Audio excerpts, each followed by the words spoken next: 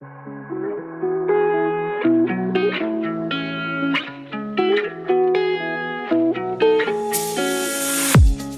listening to an AINC original podcast. We believe you don't have to do life without a compass. Let us be your guide on this amazing journey. Welcome to Navigating Life with Vision Loss.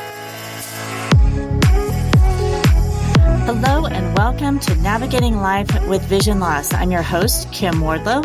I'm also the Executive Director at the Audio Information Network of Colorado, just bringing you this podcast. So this month, we have been looking at various aspects of housing. And last week, we talked about home repair and maintenance and things you should look for when you're buying a home before you move in, or if you're renting a new apartment, different things that you should look out for in that process. And today we are back with James Daigle from the Loveland Handy Guy, and we're going to be focusing a little bit more on home safety and functionality. So we touched on that last week, but we'll really get into that topic a little bit more as soon as we return. This is Navigating Life with Vision Loss. If you have a question, please visit us at aincolorado.org/podcast-guest. Make sure to subscribe to all of our podcasts so you don't miss a single episode. And now, here's your host, Kim Wardlow. Hello, James. Thank you for joining me again this week for our show, our podcast, and giving us some tips on home safety and functionality. Oh, Kim, it's great to talk to you, and I'm glad that I can help some way. And hopefully these little bits of advice will save a Band-Aid or two from being open. Yeah, well, and last week we talked about things to look for prior to moving into a new home or apartment. But of course, even if things are pristine and perfect when you move in, over time, over the years, things break, there's problems, and always, of course, we need to consider safety issues. So in our homes, so I'm thinking maybe we just start by going room to room, or start with maybe the rooms that have the most likelihood of problems. I think of the kitchen because there's so many things in our kitchen and, appliances and things that we're trying to do in our kitchen that can be a real area where we might see problems or have safety concerns. Yeah, I was gabbing this week with a friend who lives up in Fort Collins who's visually impaired. And one of the things that concerns him is doors that are open that weren't open, or cabinet doors that don't close correctly. So I think we spoke a little bit about it last week, but there are self-closing hinges that can be put onto cabinets. Of course, if you think that it's closed and you turn and you lift up from the bottom and you bang your head on the cabinet, it's going to cause problems. So addressing the ones that you use all the time, having someone help you install permanent closures that force the cabinet to close, will stay open, fully open, but once you start to touch it, it won't stop 3/4 of the way back. It would close it all the way. To me, that's a big thing to address. And the same with doors. There are closing and pieces for doors to make sure your door is closed, or if you want to leave it open, there are wedges that you can put in place that are there, and that way you're not using it all the time. The other thing is that in many houses I've lived in, I've actually taken doors out that I never use, like a door between a kitchen I never thought about that. Yeah, a door between a kitchen and a hallway that it's always in the open position, and you don't need it for heat loss. So why not take it out, store it in the basement, or store it in a like a clothes closet if you're renting the place. And that way you'd never worry about having to open and close that door. Maybe that door opens in front of another cabinet, and it's always a bit of a pain. If you take it off by the hinges and put it aside, no landlord will ever mind that you did that and that you put it back when you're moving out. Mm-hmm. Yeah, that's good advice. I never thought about actually removing a door. But definitely the issue with cabinets being open, because sometimes even if you're closing the cabinets, if you are living with other people, they may not always close them, and that can be a rude surprise if you aren't able to see that it's open and hit your head. So having those self-closing cabinets is a really good idea. Yeah, to me that's big on the list, because it is always a situation where you come in and those that are bugged by open doors will always be bugged by it. But you're right when you say Right. roommates.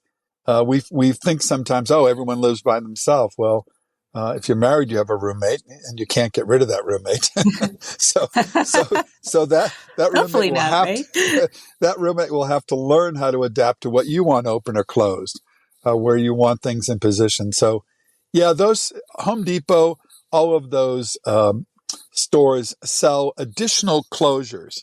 So even if the cabinet has self-closing hinges and you want it to move a little bit quicker with what it's doing, it has these little attachments, a couple of screws, and it's on the cabinet door, and you're feeling much better for a long time.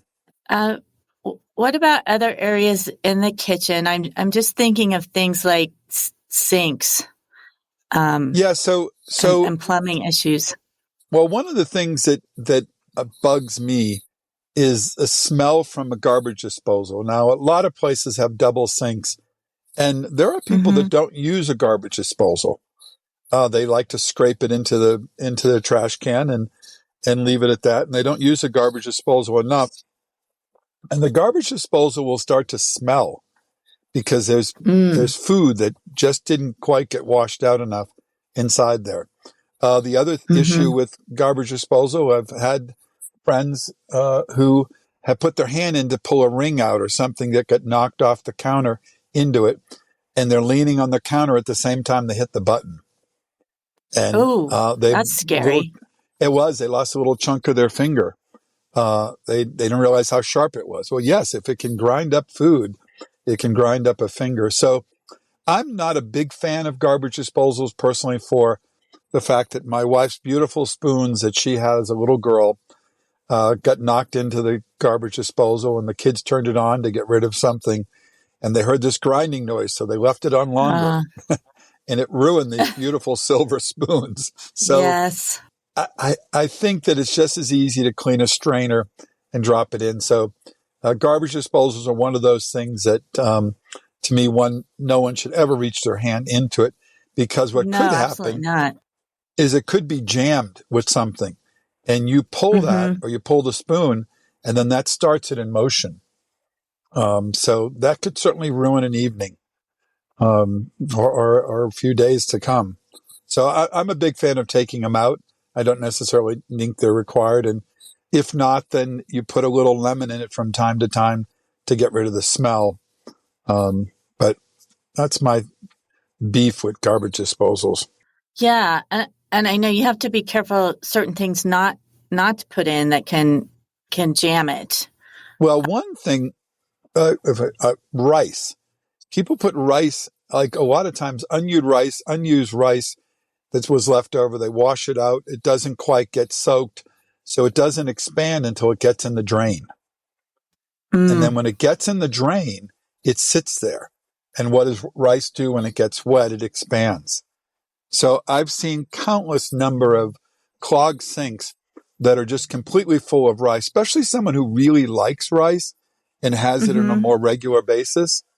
Their drains underneath the sink get clogged quite regularly. It doesn't hurt like every so many months just to have your sink drain cleaned. You know, just to flush it out, to make sure it's moving. But yeah, rice, a lot of small particles catch in the sink drains. They're not very big. If I was to design them, I'd design them with a 2-inch trap, not a 1.25 inch trap, which get a little more space for movement. But yeah, sink drains clog up, and then they start to drip, and then they make a mess of everything you have down below it. So if you move into a new place, have that checked to make sure that there's not a lot of hair. Bathroom sinks we'll go into the bathroom in a minute, but the kitchen sink, I would have it checked from time to time if it's not something you can do yourself. Right. Well, and I know in addition to putting like some lemon in, I know there's products you can purchase that are for garbage disposals just to drop in to try to clean that and prevent some smell as well. So a couple options. The lemon's probably more environmental. Yeah, I think because people have leftover lemon, but don't put the lemon in the garbage disposal because that doesn't work very well. You just put the juice. Juice, yeah. It doesn't do well with lemons or oranges, that type of stuff, because of the way the fiber of the outer shell just seems to get jammed under the blades. Your garbage disposal is just a little fancier blender. Basically, if you break it down, it looks like a blender under your sink. Other safety issues in the kitchen, electrical issues, gas stoves, electric. Yes, I'm not, being visually impaired. I'm not sure someone is visually impaired if a gas stove's a perfect answer, but putting a carbon monoxide detector in the kitchen, even though it might trigger a little bit more if you're living by yourself and you have visual issues, would definitely be a plus, because you're not going to smell that gas if you accidentally leave it on or you bump the knob and it stays on. That gas doesn't. They do put a little smell into it, but it depends. I'm an ex-hockey player. I don't have a lot of smell anymore. I broke my nose 3 times. So my wife will. That's why I stopped wearing cologne. I don't wear too much if I don't wear it. But yeah, so gas, that type of thing, I would make sure that the knobs are turning and locking correctly. Stove companies, what's really funny is not funny, but we moved into a house from one and the knobs went in the opposite direction. And my wife would always leave them on really low, thinking she turned them off. And I went in one time, there was a dirty cast iron pan. I went to clean it.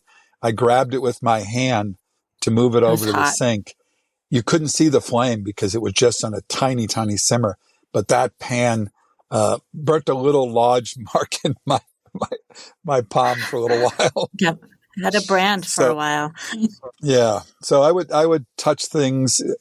There, people that like to cook know their limitations. Cutting boards, for instance, and knives. I do like those, and I'm not sure the name of it, but it's a little metal piece you put on your finger, and it prevents you when you're cutting from cutting into your finger, even though like with cucumbers and things like that, you bend your knuckles forward. But we still all make mistakes sometimes. So they have little gadgets like that. So if a friend drops off a gadget for you, take it with open arms and try it out. But knives, putting them back in the same spot every single time. We talked about my going to Julia Child's kitchen, and everything she had in her kitchen was labeled. And it wasn't so much that she was lazy. It was so that she knew exactly where everything went every time and she could find it. So with knives, if you have a drawer that has cut in sections that the knife goes into it rather than sits loosely, that's safe. The block that sits on your counter where they go back in the same spot every time, or as we were talking about earlier in the green room, sliding it under the cutting board, to do that. And that may be putting little pieces of those, what I call chair felt, under the cutting board, which allows you a little gap that you could slide your knife in, and you know that it's always where you put it when you reach back for it. Mm-hmm. Another option for knives that I have seen, although I have not tried it yet, are magnetic covers where you just have 2 pieces, and I think some of them are large sheet and you can cut to the size you need. Others, I think you can order pre-sized for different types of knives, but they're just thin magnetic sheets, and one goes on either side of the knife blade, and so then that sharp blade is enclosed inside the cover. Like I said, I haven't tried that myself to know how easy it is to get the covers on and off, but it sounds like it would protect a blade in a drawer if they were loose. Oh, yes, I agree in sheet covers. And again, it's based on whether you live alone or you live with a roommate. Because if your roommate is using it and putting it back, you want to really make sure that they know that you need it back in the same spot. And it's not that you're being anal Mm-hmm. or being a jerk about it. It's that this protects you. This is where I know this is going to be. This is where I know that the key is for my cars. Go back in the same hook every single time. All those little things that I'm sure a lot of the schools teach. Again, as you talk roommates, I forget because I haven't really had a roommate that wasn't somebody I was accountable to. Having that communication and that understanding that everything needs to be back in the same spot. The broom needs to go on a hook that goes behind the door, not loose. Because the last thing you'd want to do is push the broom behind the kitchen door. It slides down, the person trips over it. So it should be on a hook. The dustpan should be on a hook. Everything should have a spot. And I think that if you, when we talked about Julia Child's kitchen, everything in that room had a place and a hook and a handle for it. Nothing was sitting loose on the counter, and she knew exactly where it was. Now, she wasn't blind, but it was the fact that she wanted to reach quickly for something. So, we apply that principle. I think we make a safer and a more enjoyable experience. What about dishwashers? Dishwashers. Well, one of my short, quick stories is that one of my friends' husband had a mild stroke, fell onto the dishwasher while he was loading it, and they always loaded the forks up, and she had to drive him to the hospital with the fork buried into his rib because he was a good-sized guy. When he fell on the dishwasher, the fork was in the up position, because they wanted that to get cleaner. So, because sometimes you put them down in the dishwasher, there's still a little bacteria left on the fork where it touched the plastic holder. But, we need to think of if we did slip, if we did fall. There are some people put rugs in front of going from the dishwasher, making sure that the door is always closed so that it couldn't fall down a little bit so you don't bump into it. So again, it goes back to the team play that you have a roommate, you're part of a team. We need to do it this way. I'm expecting the door to be closed to the dishwasher, not down. Don't leave it down because you're going to run upstairs and come back a little bit later. That needs to go up for me. I need it to be safe. So that whole going into that team approach to things, and also having someone help you get used to a house a little bit when you move in, So I think all that stuff comes into play, and that makes it safe because you have to think of yourself, and you have to think of what could hurt me, extension cords running across to a microwave. If they're not taped down to the floor, one, they shouldn't be done that way, but anything you're doing like that should be taped down the floor so you don't pull it off. You don't trip on it. Again, going back to brooms being hung on the door, if that's where they're being stored, rather than being mops, brooms, anything that's put loosely into a wall or behind a refrigerator can fall out. So all that type of stuff I think is very important. Having making sure that we were going to talk about electrical outlets, making sure that the outlets around the kitchen sink are GPS rated. So that's having it tested when you move in or going over it with the landlord. Because if those aren't GPS rated, then GFI, I think it's called GPS. Why am I saying GPS? Sorry. But those need to be safe so that if the blender you're using falls into a wet sink, it doesn't electrocute you. Same in your bathroom when you're using a hairdryer next to that sink. That outlet needs to be rated correctly. So maybe moving on then to the bathroom, that can have we kind of touched on clogged sinks, toilets, rugs, other types of potential problems or safety issues. So a couple of things happen. We buy things and we're told that these safety wipes or baby wipes are all biodegradable. Well, they might be biodegradable, but they don't biodegrade quick enough for a drain.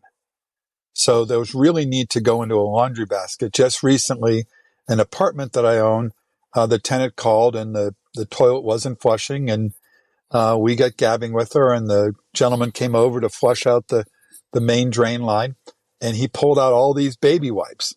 Oh, she said, I started using those to help me with makeup, when I get home, so on and so forth. And she puts them in the toilet because they're kind of dirty.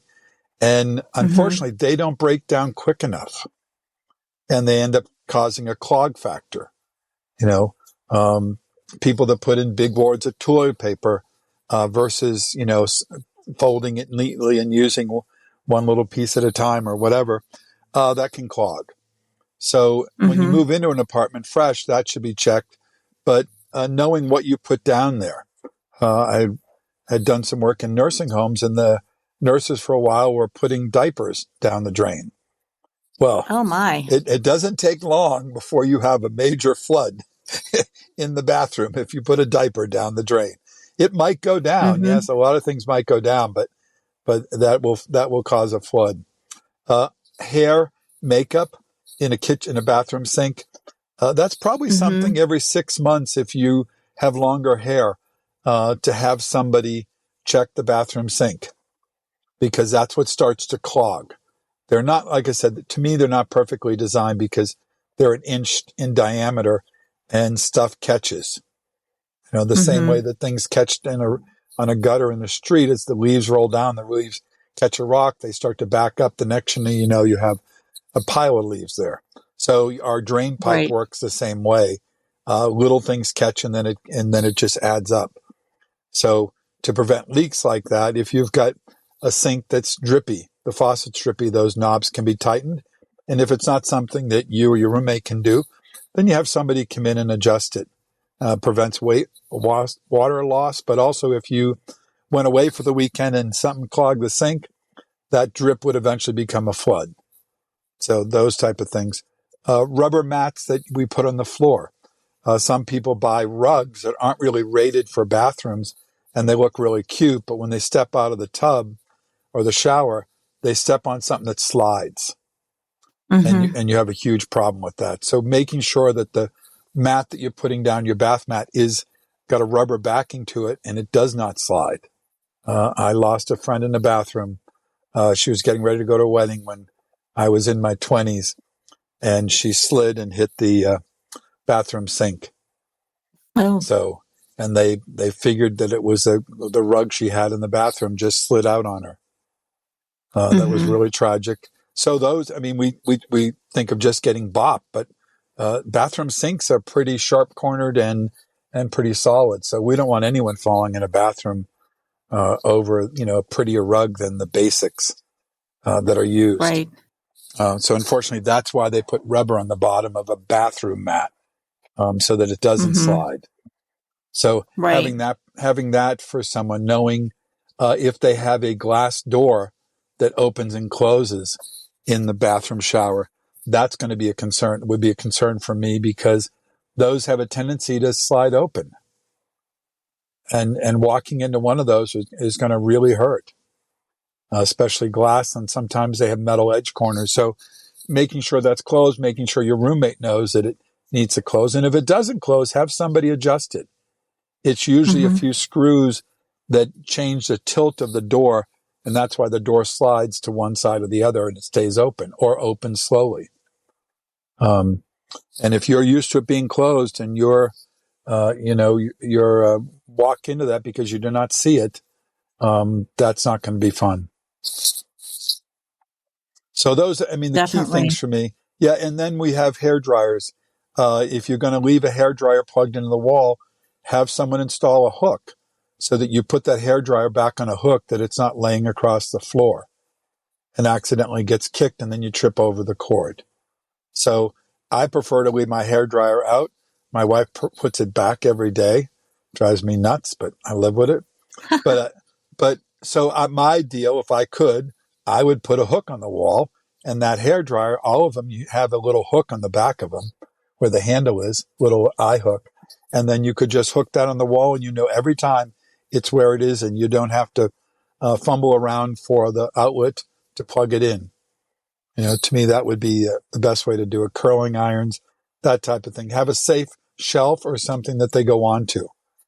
They shouldn't go onto the toilet lid. They have a tendency to slip off the toilet lid and slip into the toilet bowl. And not good for a curling iron to go into the toilet bowl for a lot of reasons.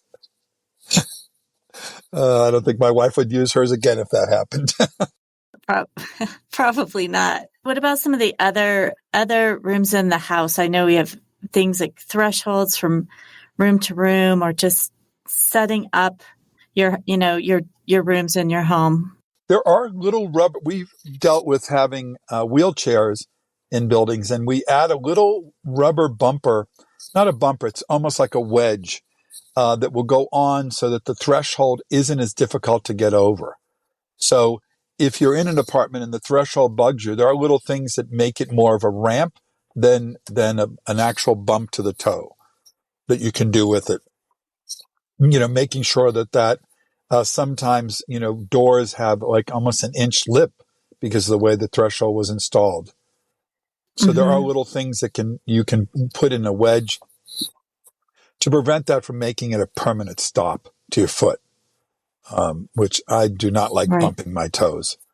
No, stubbing your toe. Yeah, they don't do well. They cry. Yes. So, and they're one of my favorite friends. So, because they get me around everywhere, so I make sure that they're well protected. So, going into a bedroom, it's the same type of thing. Is a closet door closing automatically? Most bedroom closet doors don't have an automatic closure. So if you want that to close, then have a closure put on it so you know that it's always closed. Those are, again, a little bar that's added with a driven weight. There's various types that'll bring, or in the hinge, that'll bring that door closed after you've used it. So those are things to look at adding to make it more comfortable in the bedroom.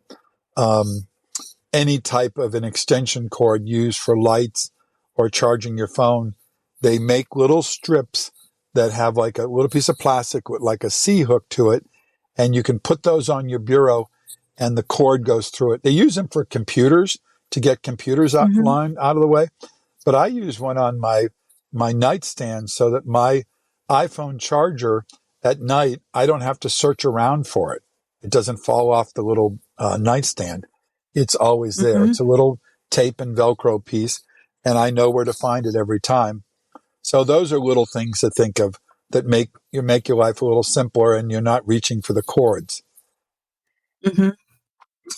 Bedroom, any type of laundry basket, that it has the same spot. Again, going back to roommate, it's really about a team effort of, this is what's going to trip me up. This is what's going to bother me. Can you make sure that this is taken care of? Rugs in the hallway, the same thing as rugs in the bathroom. They are rubber mats. They're like a rubber cloth you can put underneath the rug, and there's even tape if the edge starts to pop up that you can bring down. I have a 90-year-old mother, and we've made the house safer for her to walk around. She's using a cane now more, and so we've gone around the house, and things that you and I might take for granted, that can make, at 90 you break a hip. That's not fun. So, we've done a lot of that stuff where the phone is reachable. It's the alarm clock has got a Velcro holder to it so it doesn't fall off the nightstand when she goes to hit it. So there's so many little products that are available that can make your Ace Hardware's a perfect place. You go in there and say, I have this issue and I want this fixed. They've got gadgets for everything. It's just wonderful that way. Do you have any suggestions, like for furniture placement? I know just safety-wise, and if folks are starting to lose their vision, we want to be sure they're avoiding falls, which you've kind of talked about with rugs and things, but sharp corners too, that you don't have things positioned so you might hit a sharp corner accidentally. One of the things, we had a beautiful glass coffee table before kids, pre-kids.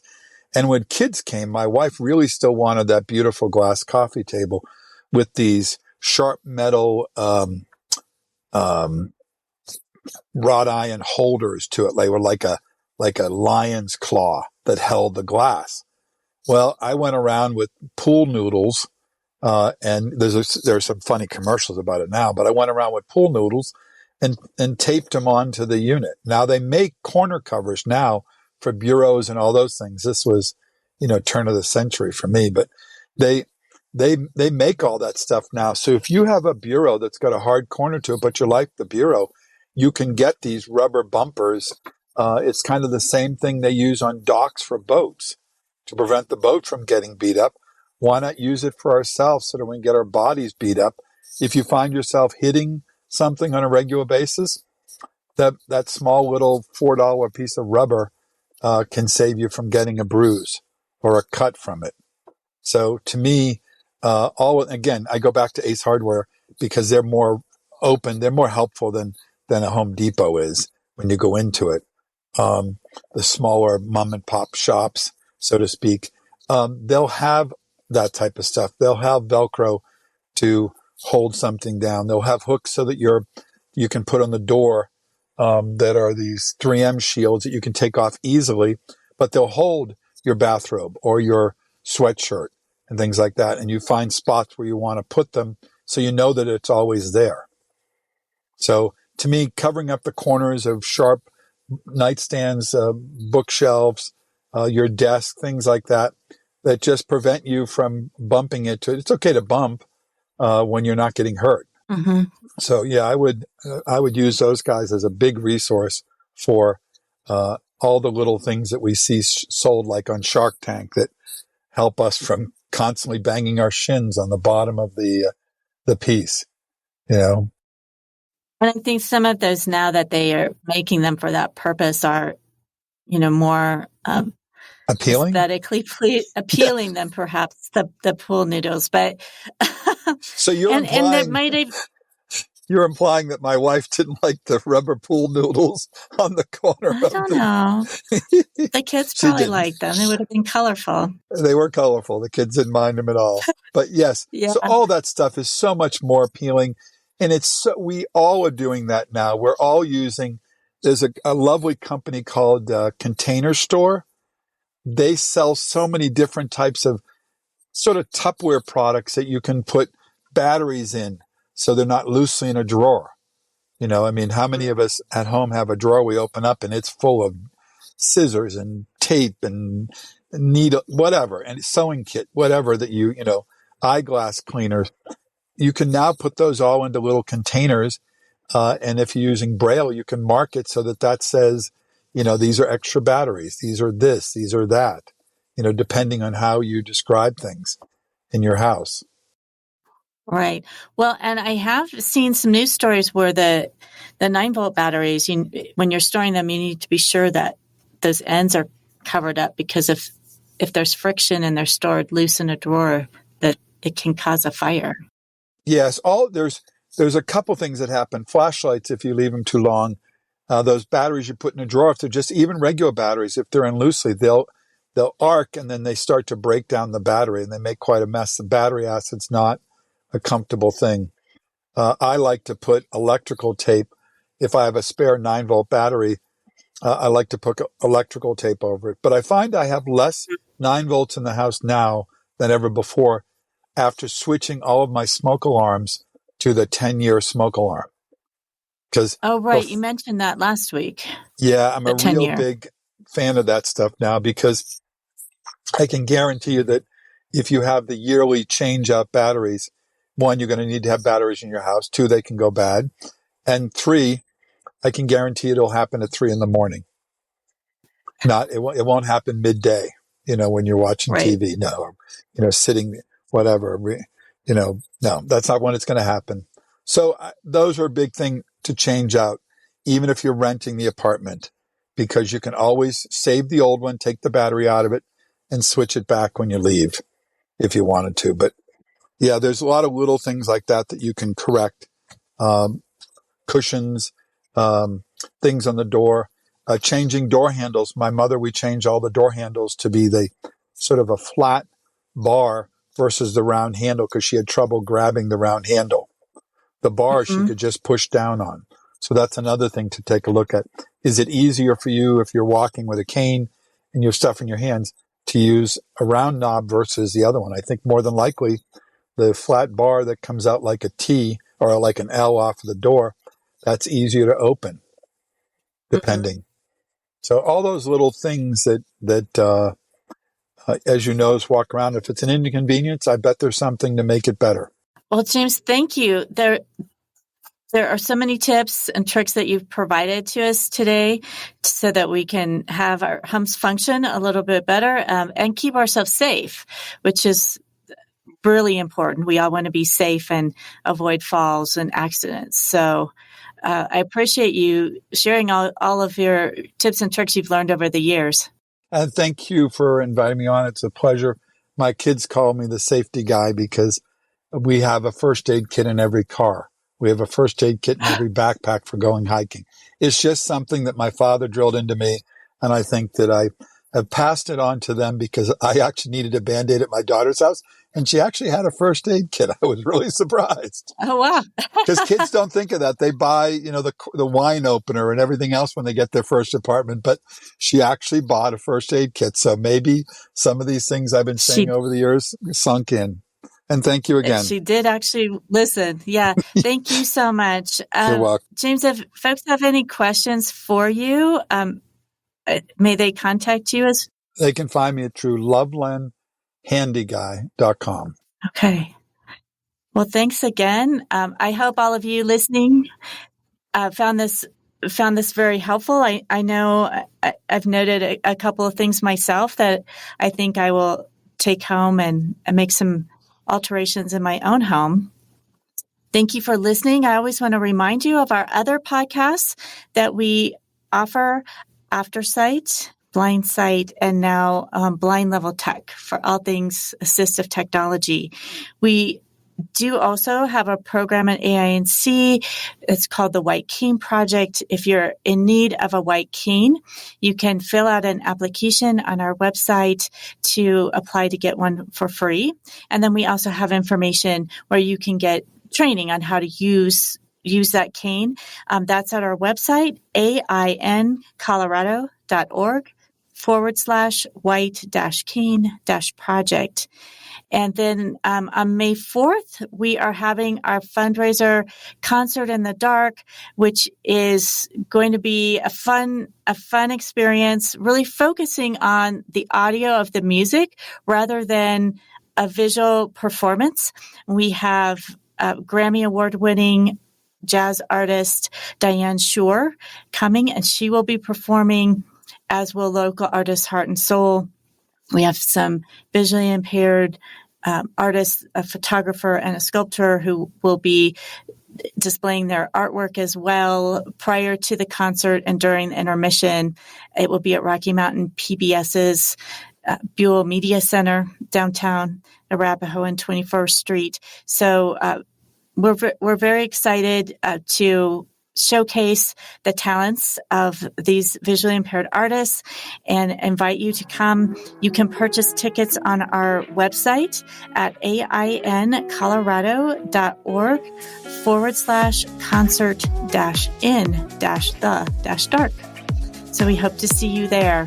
And we hope that you'll tune in again for next month's topic. So thanks for listening.